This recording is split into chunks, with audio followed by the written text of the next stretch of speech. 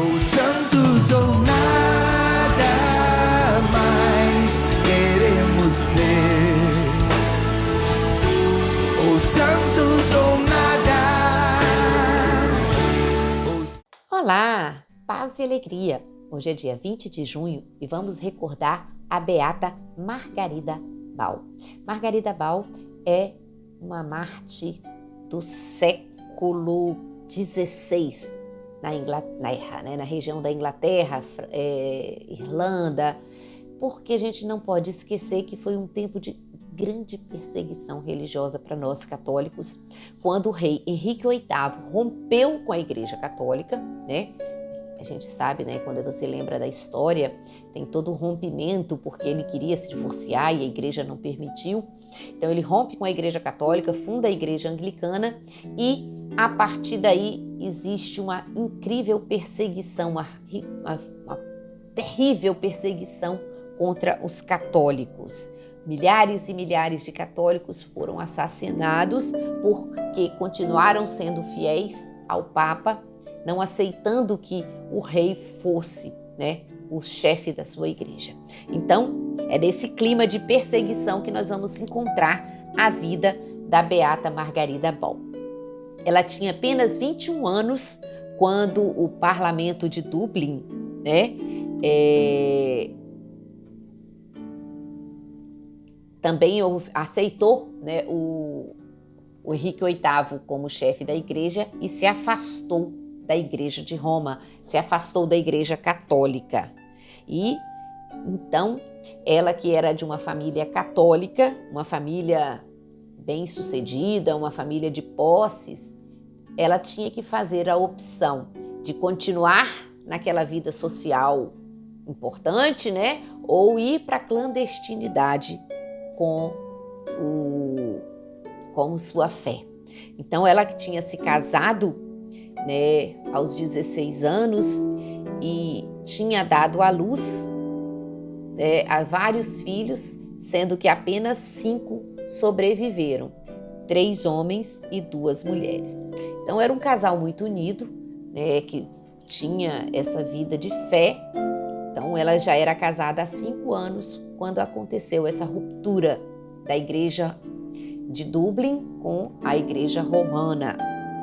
Então, eles viveram esse tempo de tensão, eles eram católicos, continuaram católicos, continuavam a reconhecer o primado do Papa. Então, na sua casa, era um palácio que eles tinham uma pequena capela clandestina, onde um padre celebrava a missa, e a sua casa estava aberta para todos os católicos da região, para encontros de catequese, de oração. E, inclusive, ela tinha uma escola católica, né, dentro da sua casa. Por quê? Porque, como eu disse, o seu marido, né, tinha posses, era uma pessoa de grande importância social e, apesar de tudo isso, continuava, né, usando, né, da sua influência para continuar exercendo a sua fé na clandestinidade. Quando o seu marido morreu, além dessa tristeza, né, pela perda do seu esposo, né, ela vai sofrer um grande trauma pela falta da sua proteção, né? O homem que era ele que protegia, né, para que ela exercesse toda a sua fé, o apoio que ele garantia.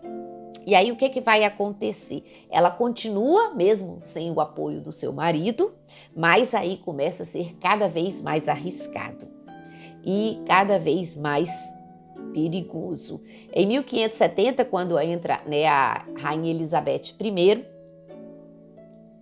que vai transformar também a perseguição numa coisa mais violenta, e aí vai acontecer dos padres serem presos e serem assassinados, e depois, aos 70 anos, ela vai ser presa sob a acusação de ter permitido a realização de uma missa em sua casa.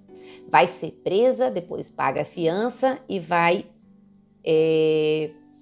voltar para casa. Mas aí, o seu filho, né, estava com desejo de ser nomeado prefeito da cidade de Dublin. E o que ele vai fazer? Para ele conseguir esse cargo, ele renuncia à sua fé católica, ele renega o seu ser católico e assume, a fé anglicana. E ela vai tentar de todas as formas demover seu filho disso, mas ele vai continuar. E pior do que isso, vai ver nela uma inimiga. Por quê? Porque a sua fé, a fé da sua mãe, era um empecilho para que ele conseguisse o seu cargo. Então, depois da sua eleição, ele mandou prendê-la sob a acusação de ter abrigado, na sua casa os sacerdotes perseguidos. Ela vai também ser levada numa carroça pelas ruas de Dublin, exposta, humilhada, escarnecida por toda a cidade. Vai ser jogada numa cela suja e ficou ali durante muito tempo, a sua saúde cada vez mais sendo prejudicada. Ela, uma senhora com mais de 70 anos. E aí a sua saúde, vamos dizer assim, cada vez mais deficiente, cada vez mais doente, ela vai ficando. Aí eles vão oferecer a ela a liberdade em troca de uma negação pública da sua fé. E aí ela nega. Não, continuo católica. Sou, aquela mulher doente, idosa, sofrendo, mas permanece fiel. Vai morrer no ano de 1584, abandonada numa cela, juntamente com outros 16 fiéis, incluindo 4 bispos, 6 padres e um irmão religioso. Ela era a única mãe de família do grupo que foi beatificado no dia 27 de setembro de 92 pelo nosso querido São João Paulo II. Que vida, que testemunho, que mulher forte e de fé, Então que ela hoje interceda por todos nós, por todos os homens e mulheres, para que permaneçamos de pé, vivendo a fé, mesmo diante de todas as dificuldades. Que a Beata Margarida Boll venha interceder por cada um de nós. Mãe de família, mulher de fé, intercessora, para que nós também estejamos de pé nas diversas situações de dificuldade em nossas vidas. Beata Margarida Boll, rogai por nós. Os santos ou nada.